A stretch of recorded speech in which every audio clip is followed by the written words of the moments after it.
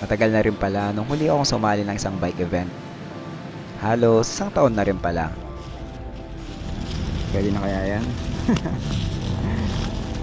Aminin ko, mahirap rin kasi talagang maglaan ng panahon para makapag-ensayo. Kaya puro pasyal lang ang nagagawa natin. Pero dahil umpisa na naman ang taon, at ito raw ang panahon na gusto natin mag-set ng ating goals, bakit kaya hindi natin subukang muli? Kaya naman, bitbit ang madaming gamit ay eto na naman tayo ngayon. On the way sa probinsya ng Isabela para sa inaugural ODAX Isabela. Ang tanong, kaya pa ba?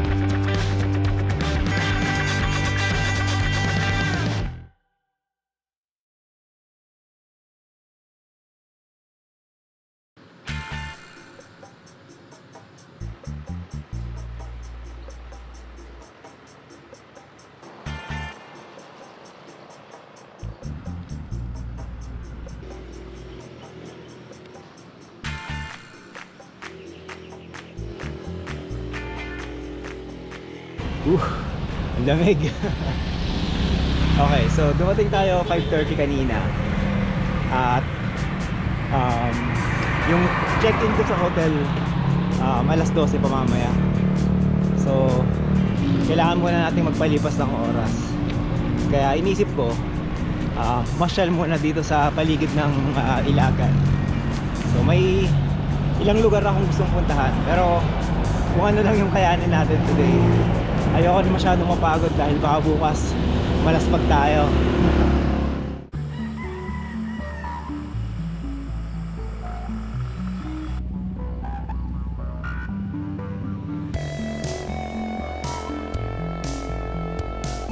Honestly, ito lang yung unang beses kong makakatapak dito sa Isabela. Previously kasi, lagi ko lang siyang nadadaanan pag pumunta ako sa lola ko sa Cagayan. Kaya excited akong makapag-bike dito at baka marami tayong madiskubre. Ang probinsya ng Isabela ay bahagi ng Cagayan Valley Region. Ayon sa nabasa ko, ipinangalan nito kay Queen Isabella II ng Espanya. Ang mga bayang bumubuo pala dito ngayon ay bahagi originally ng probinsya ng Cagayan o Nueva Vizcaya bago ang taong 1856 kung kailan ito nabuo. Ang ganda! Ganda dito! Ang Isabela ay literal na lambak dahil napapagitna nito ng mga kabundukan ng Cordillera sa kanluran at Sierra Madre sa silangan. Nakamangha ang mga malalawak na sakahang makikita dito. Pero ang unang impression ko ay isa itong lupain ng mga malalawak na ilog. Dumaraan kasi dito ang pinakamahaba at pinakamalaking ilog sa bansa, ang Cagayan River. Habang nagsasanga-sanga naman ito sa iba pang mga ilog, gaya ng Ilagan at Abuan River.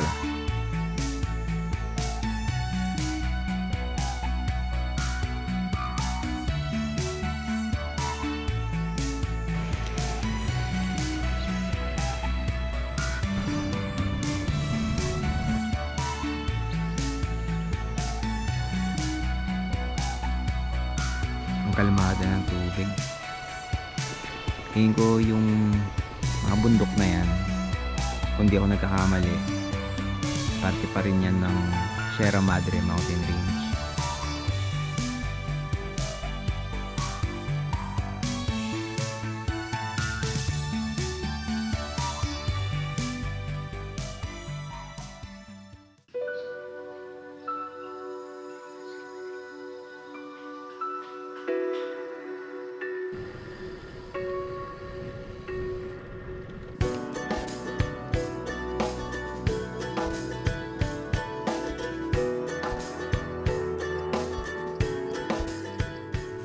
pakay talaga nating puntahan ay ang Abuan River Eco Park. Pero on the way pa lang dito, ang dami ng mga magandang view sa kalsada. Mukhang tama talaga ang desisyon kong magpalipas ng oras dito kaysa maghintay doon sa bayan. Wow! Ganda dito. Lawak ng maisan.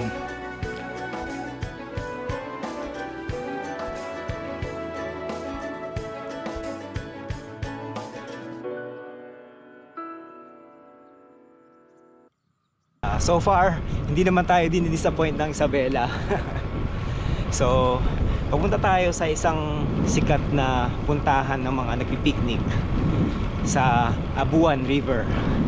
Nakita ko lang sa Google Maps at nasa enough distance lang siya at mukhang puntahan siya ng mga turista.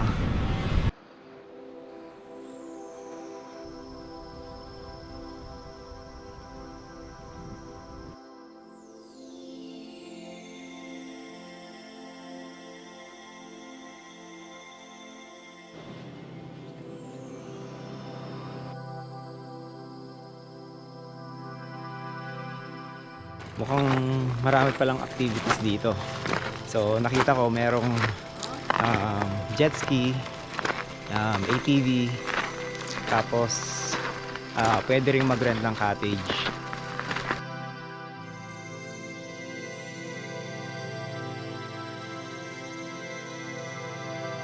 According sa nakausap ko kanina, recently raw umapaw tong ilog. So yan, so nakikita nyo sa likod ko, inabot yan ng tubig at nasira.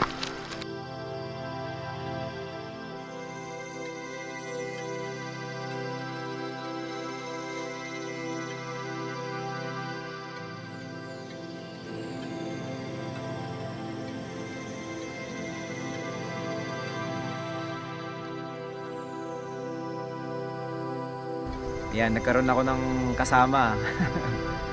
So, tambay lang muna tayo dito saglit, siguro mga 1 oras. Tapos balik na tayo sa sentro ng Ilagan.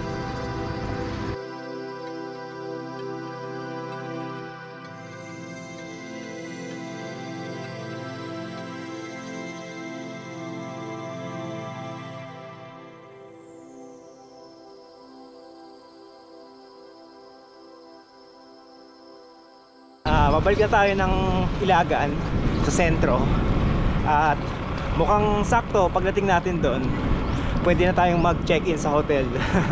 Sakto, inaantok na rin ako. Pero overall, itong side quest natin mukhang aabot din ng 48 kilometers.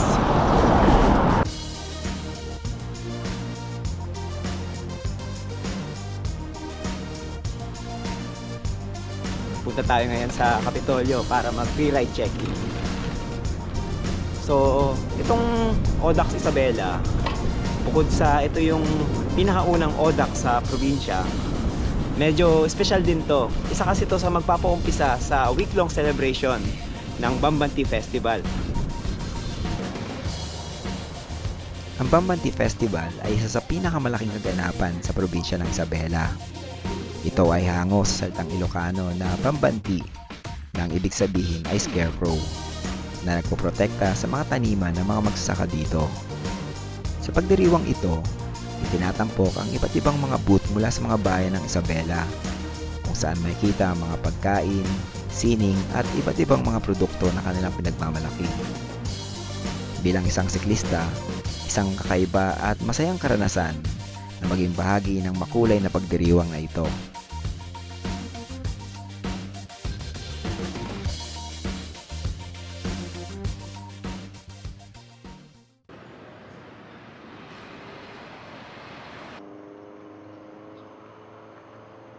Ilang beses na natin itong ginagawa, pero hanggang ngayon kinakabahan pa rin ako.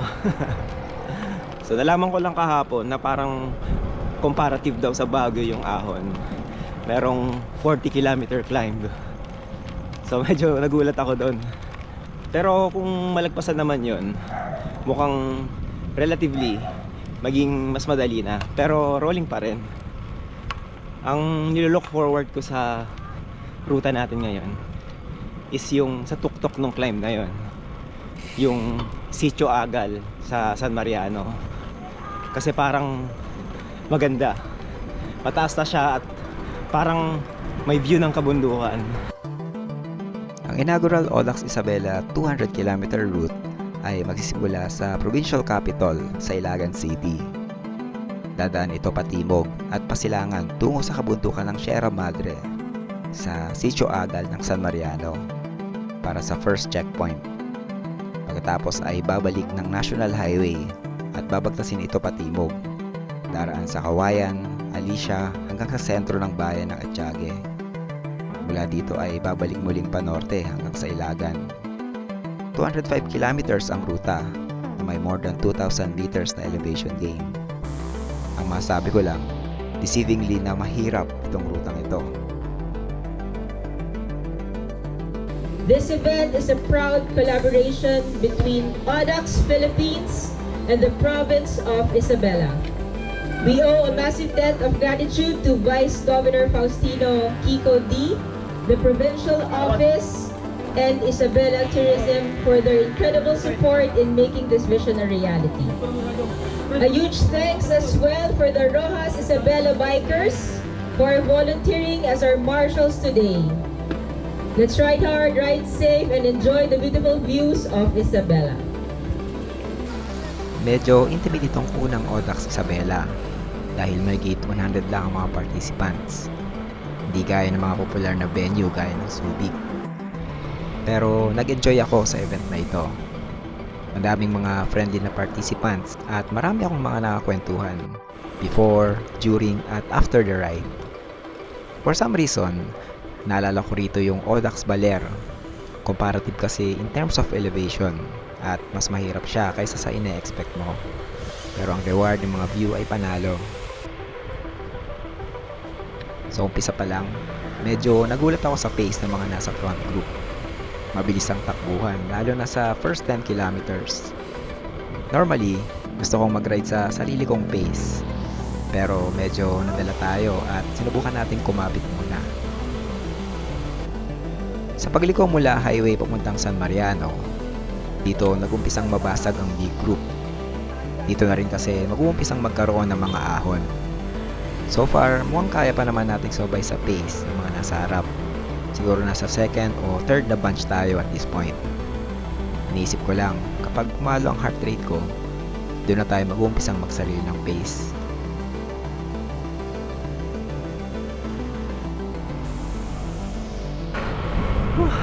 Ang bilis. Ang lakas itong mga nasa front group. Susubukan ko lang kumapit. Pero baka mamaya mag-drop na rin ako.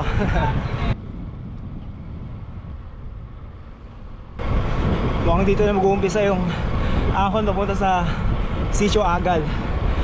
Hindi ko alam kung kita pero ang ganda. Mga 30 kilometers to go sa first checkpoint.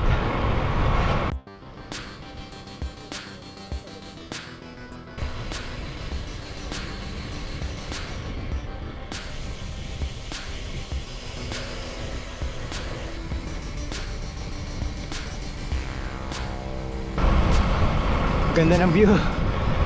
Bawi tayo mamaya pagbababa para mas maliwanag. Nagkalas-kalas na yung mga nasa harap. Nabasag na. So ako siguro tansya ko mga nasa 30, 40 position, hindi ko alam. Pero 22 kilometers pa pala bago yung checkpoint. Medyo kakaiba tong Audax Isabela kasi usually kilometer 50 yung unang checkpoint, pero ito 60 after mong umahon.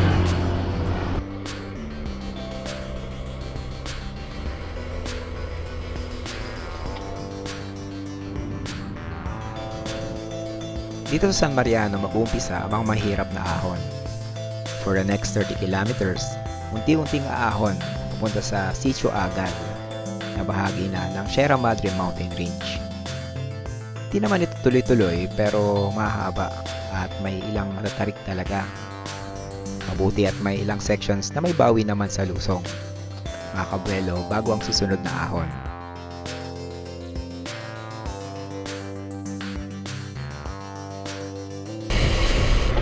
Wow! Ganda!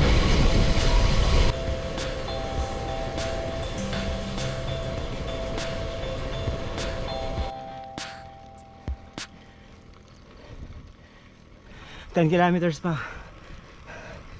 Grabe na yung ahon. Double digit gradient. Pero ang ganda ng view.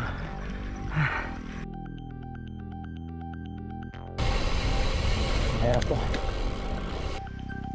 Dito sa portion na to, para sa akin, makikita yung pinakamagandang views ng Audax Isabela. Kung tutusin, sulit na kung popular lang mag-join dahil may experience mo na rin yung best part ng ruta. Pero as expected, bago ang reward, kailangan muna nating paghirapan.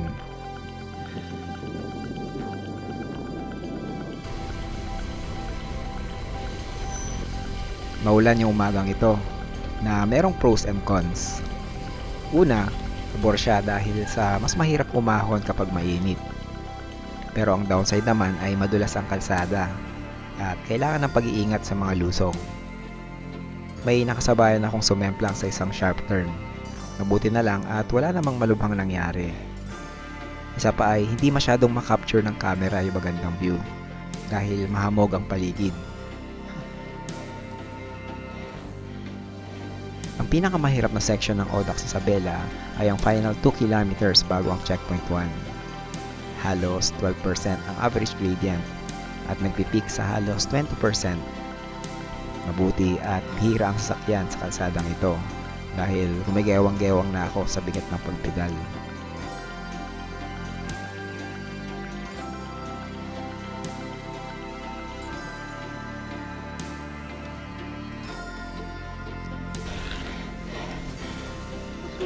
Maglakad eh. Oo nga.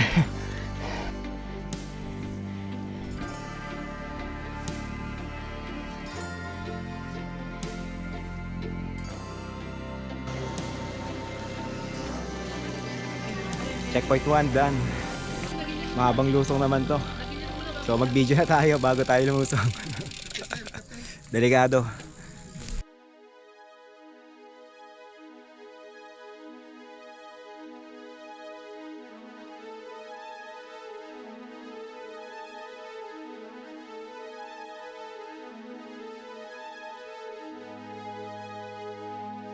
Ito ang best part para sa akin. Yung mga magandang views kanina, madaraanan nating muli. Pero this time, dahil lusong, mas makaka-relax naman tayo. May ibang nagsasabi na Little Baguio daw itong Sitio Agal. At medyo nakikita ko ang basehan nila. Pataas na rin kasi dito at isama mo pa yung lamig at fog sa mga oras na ito. Parang Baguio nga talaga.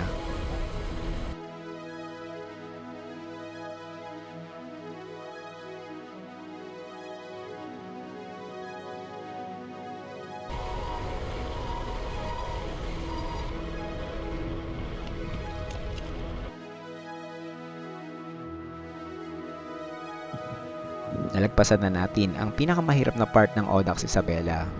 Kaya medyo nagkumpiyansa na ako sa puntong ito na kaya natin itong tapusin. Basta wala mga aberya at tuloy lang tayo sa pag-fuel. Pero speaking of fuel, na-realize ko na kulang ang dala ko. Naisip ko, sana ay kumain muna ako sa checkpoint 1 dahil may libreng pagkain dito. Hinuhope ko na lang na sana ay kayanin natin umabot sa checkpoint 2 na walang hintuan. 9 kilometers to checkpoint 2. Ginugutom na ako. Lagi akong may bawang emergency gels kapag sumasali sa mga ganitong event. At isa ito sa mga pagkakataong nagamit ko sila. Honestly, hindi ko kasi type ang lasa ng mga to. At ayokong mag-rely masyado sa mga carb mix at gels lang. Gusto kong haluan ng solid food na madaling i-digest ang fueling strategy ko. Mas nakatulong sa akin na maging stable ang sikmura ko.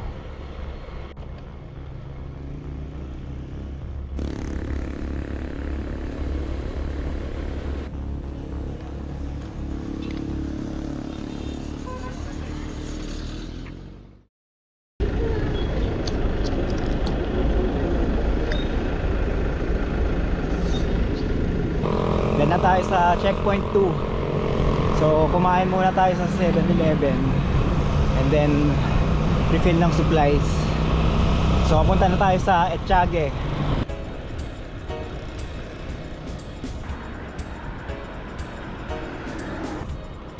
Pagkatapos natin mag-refuel sa checkpoint 2, okay na ulit tayo at may 100 kilometers na lang tayong papadyakin. Halos patag na lang ito at may maiksing mga rolling. Pamilyar na tayo sa mga ganitong ruta. Kapag naghahanda ako para sa ODAX, ina-ensayo ko talaga na mag-cover ng 50 kilometers na walang hintuan. Ito kasi yung typical na distance between checkpoints, maliban na lang sa mga longer events. At ganito yung plano ko, meaning ang next stop na natin ay sa checkpoint 3 na and then sa finish line.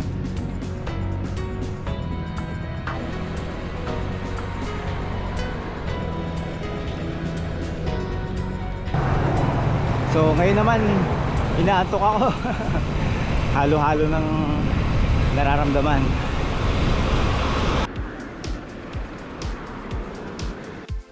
Binabagtas natin ngayon ang National Highway papuntang Etchage. Majority ay maayos at malawak ang kalsada. May konting traffic lang sa mga bayan as expected, pero wala namang inconvenience akong na-experience. Dahil mahaba at tuloy-tuloy ito, para na lang akong naka-autopilot sa point na ito.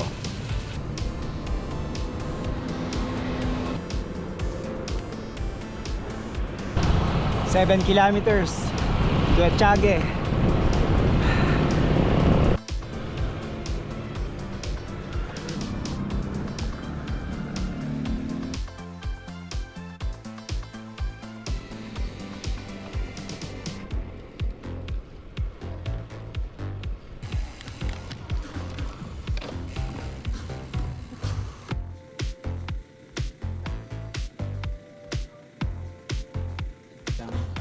Takbong pogi lang.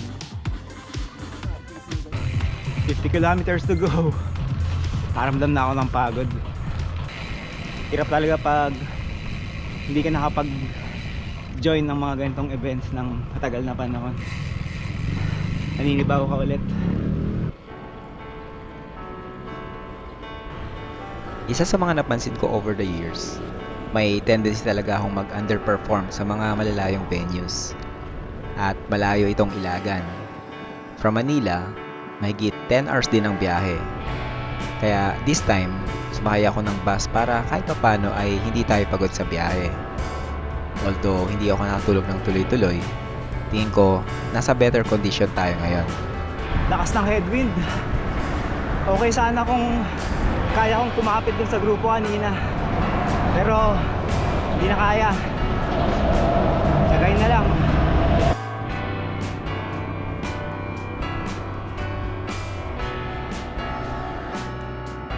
Honestly, na-miss ko rin maging try hard sa isang ride. Dahil normally, mga bike touring ang ginagawa natin itong mga nakaraang buwan. Na although may overlap, meron ding contrast sa kung paano mo i-approach yung ride. Iba yung pace, bike setup, pag-fuel, at mental preparation. Kahit pagod man tayo sa dulo, merong kakaibang sense of satisfaction pag natapos at naibigay mo yung best mo sa ride.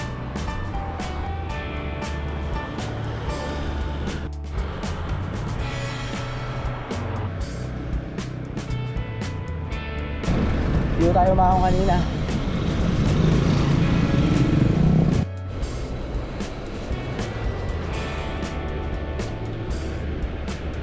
Five kilometers to go. Ang masabi ko lang dito sa ODAX Isabela, deceivingly difficult siya.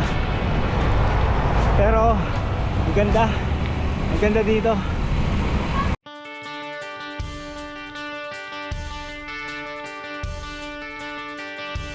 Tingin ko underrated na cycling destination itong Isabela. Marami pang pwedeng explore.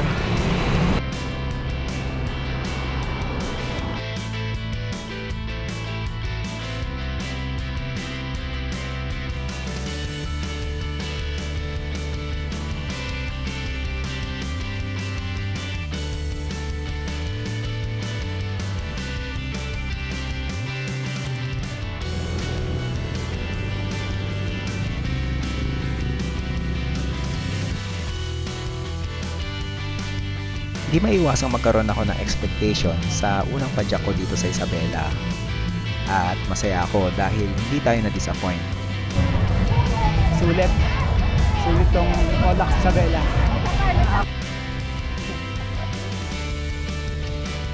Mula sa mga tahimik na kalsada, malalawak na sakahan,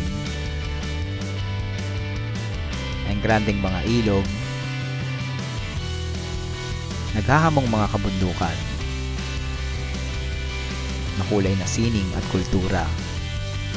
Ito lamang ay patunay na dapat ilista natin ang Isabela sa susunod nating destinasyon.